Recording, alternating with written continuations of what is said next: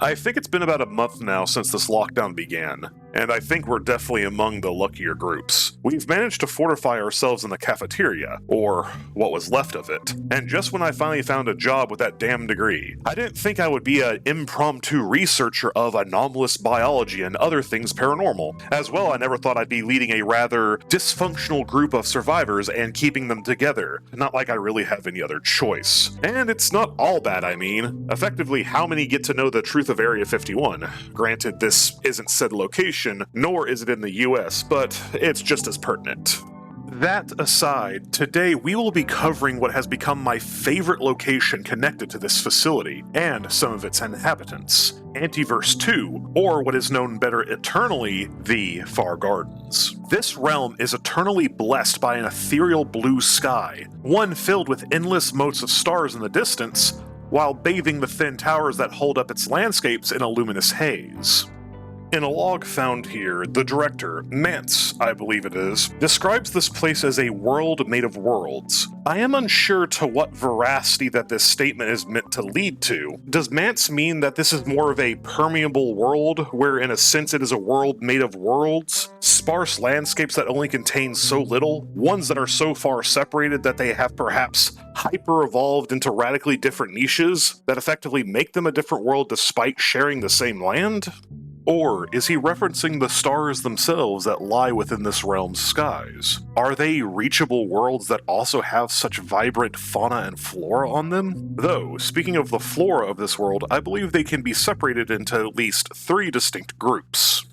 1. There seems to be a group of flowering-type plants. These specimens seem to consist of woody stems and large, broad, or thin leaves that one could describe as a flowering plant, though such earth-based analogs are barely appropriate for such things, with a lack of comparative properties to these other forms of life. These flowers also radiate a phenomenal glow, some only merely glowing in perhaps a stagnant nature, but with others it looks like that you can see the pure energy racing through their leaves, nearly in sync with the other ones nearby, creating a rather enchanting light show. The second is a small variety of fungal-like plants, some that are small and purple, while 2 of its larger cousins are more of a orange variant, with one of them sharing traits with more of the refractive flowering types. The last group could almost be called a set of earth analogs, which comprises of a simple set of refracting grasses and 1 or 2 more groups of green and purple ferns with very little that stands out about them. And then there is something here that stands very close in nature to a sponge or some form of coral. They stand about 6 or more feet in height with a dim purple exterior, with a variety of small holes that emit a strong blue glow from within. I wonder if this indicates a singular organism, or if whatever is emanating this blue glow is a parasitic insect or some such that lives within the purple sponge, while it lives or possibly long after the specimen has stiffened and died. In proximity to these large plants, there is also these masses of black material pulsing with veins of purple energy, but I am hard-pressed to call these things alive or even recognize these as plants, though it is undeniable that some form of excessive chemical reaction is happening deep within this transparent structure. Looking from the ground to the skies above reveals one of the few native and non-hostile fauna in this antiverse, this antibird, for the lack of a better name, and honestly I have forgotten if Gate ever gave them one, at least not one I am privy to.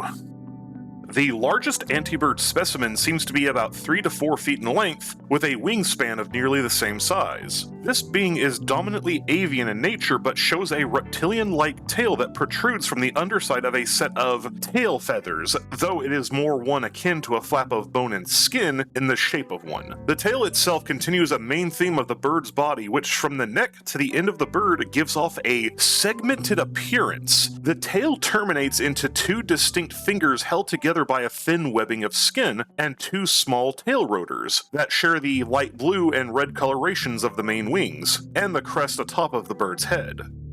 Aside from its segmented body, the rest of this avian is quite typical, at least in relation to those found on Earth, as its beak could either indicate it is one that is used to break into large nuts or tough bark and eat what's inside, or do something rather similar to one of those large bugs found in the mycofields. Though the feet of this bird are rather strange compared to the environment of Anteverse II, having webbed feet akin to a waterfowl, but there are few large bodies of water in Anteverse II, which I postulate is due to the fragmented nature of its land masses and towers, and I highly doubt there's anything far below, at least that I'm willing to bet. Regardless of that, Anteverse II does host its own biosystem of aquatic fish, though some of these fish seem rather free, being able to simply go wherever they wish. As well, there seems to be a larger variety of insects like the antebees, though I'm not entirely sure they are native to this realm. Though, one thing that could possibly explain the webbed feet of the antebird is possibly a connection between the antefish and the antebird, with perhaps the fish being a larva of the bird form, living a fair portion of its life in the aquatics before transitioning to land and flight, though I doubt there is any truth to such a notion, and the reality of it could be far stranger.